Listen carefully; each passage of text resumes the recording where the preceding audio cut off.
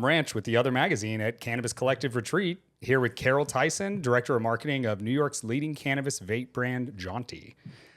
Jaunty's New York's #1 selling vape brand with over $10 million in retail sales up to this point.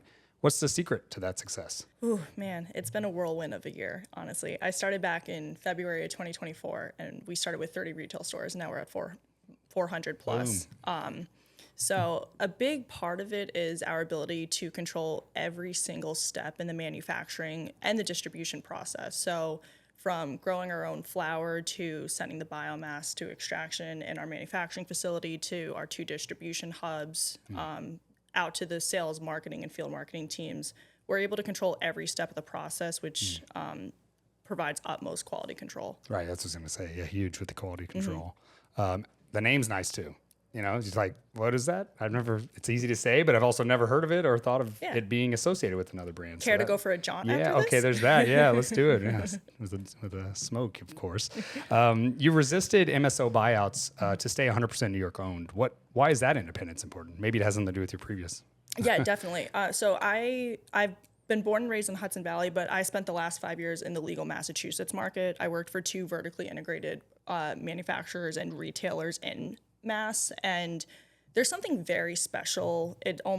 I know people feel weirded out when you say it's like a family, like everyone's family, but it feels like that. Like I said, you're able to control every step of the process, no matter what department you're in. If it's packaging, if it's distro, if it's marketing, if it's inventory management, like everybody has insights into every department, what everyone goes through. You know, we did it on site a few weeks ago, and the marketing team was in packaging, and we've all kind of played different roles to really understand all of the people that it takes, all of the hard work, all the intelligence it takes to get this product out into the consumer's hands. Amazing. I love that. Hopefully it stays that way. You guys have rebranded from Nature. How did you even say that? That's one of the first reasons why. why. There you go. Yeah. Now we're talking to Jaunty. What drove that decision, and how did it change your market position? Yeah. So when I first started, we had Nature, which is the business entity name. And then we had Jaunty, and we had 3 other house brands under Nature. It was a lot. The actual consumer going into retail doesn't know who Nature is, but then all the bud tenders couldn't differentiate between, is Nature the brand, but you have 4 other brands. Slows that down. Yeah. Exactly. At the end of the day, Jaunty was the brand that resonated the most with the consumers. I've heard countless times since I started that, we're Jaunty, weren't you in California, Colorado? I was like, no, like we're 100% New York. So the name must hold some type of weight in the consumer's minds. It's fun, it's playful, it's lively, it's light. I think that, those things, and then having sort of this singularness about it, you would think it could be a big deal somewhere else. Right, exactly. That's maybe what they mean, you know? Because the ones that we have heard of, all those boxes get checked, really. Yeah, so it made no sense. The amount of marketing dollars to support 4 individual brands the way it needed to be supported in New York State with 500 plus brands now, it seemed like the logical solution to rebrand. Yeah, I mean, that just sounds like a little bit of that corporate cannabis mentality of like, okay, we've got a ton of brands, we'll see what works, we'll do a whole bunch of research and spend a whole bunch of time just to cut some out and eventually have somebody reign supreme. But it's like, when you're New York based and you're in this moment right now, you got to seize that. You need to just definitely take a leap, really, with one, I think. So great work. Your Hoosick Falls facility represents serious manufacturing capability. How important is controlling your own production? I mean, you spoke on that too, but maybe tell me a little more. Yeah, it's very important, especially we're entering into a 3 oil strategy. So, our bread and butter are vapes. We launched in the market with 510 disty carts. We have a full disty line, but we also have premium solventless live rosin carts and dabbables. And now we will be releasing live resin shortly. So releasing a completely new product. I would say overall that New York State consumer isn't as educated as we would like to see in, let's say, a Massachusetts or Colorado market.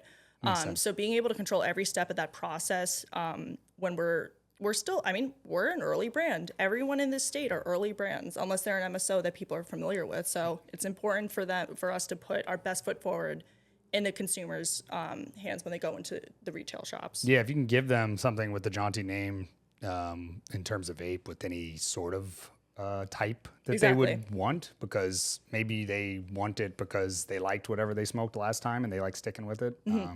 Or the hype. These things get a little hyped up too. So Definitely. you know, it's cool that you can offer everything. Why not? So your 100% grown New York grown positioning, how does that resonate with the consumers and differentiate from competitors? I think New York, first, it's a massive state. I think some brands, and not even just in cannabis, they look at New York as just one conglomerate, like one big lump, or they just consider New York State to be New York City, and that's not the case. The culture in Brooklyn is completely different than the culture up in Rochester. Hell yeah. And that's what brands, especially in their marketing, their positioning, their talk track, they don't take that into consideration. So that's something that I don't think we're 100% there, but it's as we get to know who our Jaunty consumer is, one of my biggest goals is to really focus on these core geographic regions and how we can adjust our marketing, our positioning, our strategy towards those. Yeah, they would be. I could see this, you know, grown in New York messaging resonating a little harder and being a little more of a focus outside of the city. Whereas in the city, whether it's a tourist or it's somebody who, you know, is just moving fast, they maybe it's a little less about that and a little more about whatever it is value. Yeah, I mean that tagline, New York or nowhere, it definitely it holds true too of a huge number of people that live in the state. Yeah, I've noticed. Yeah, as a transplant. So what's next for Jaunty? Any new products, or I mean, is there a market move? I mean, I know that's probably maybe not the time yet, but yeah, right now New York is a massive beast to tackle.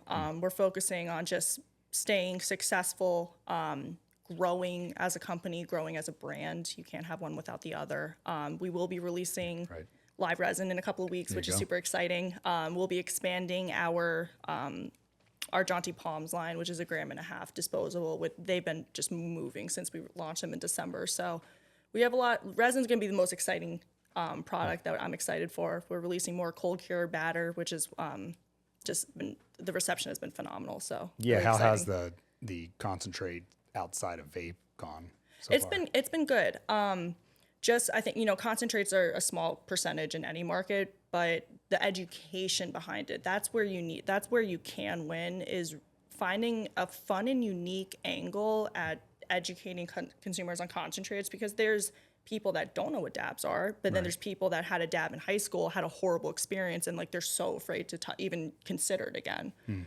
So again, nailing down that talk track, super key. I do like what I'm seeing here with Higher Function and Barcana and Old Man in the Mountain. These guys have just been working hard to make sure that if you don't know what dab is, here's what it's about, and here's why maybe you choose this over something else. And that helps, the next time they're in the shop, maybe they'll consider it. Especially someone who is loyal to the soil for flower. Like this is if you're only a flower smoker, this is a way that we can convert you.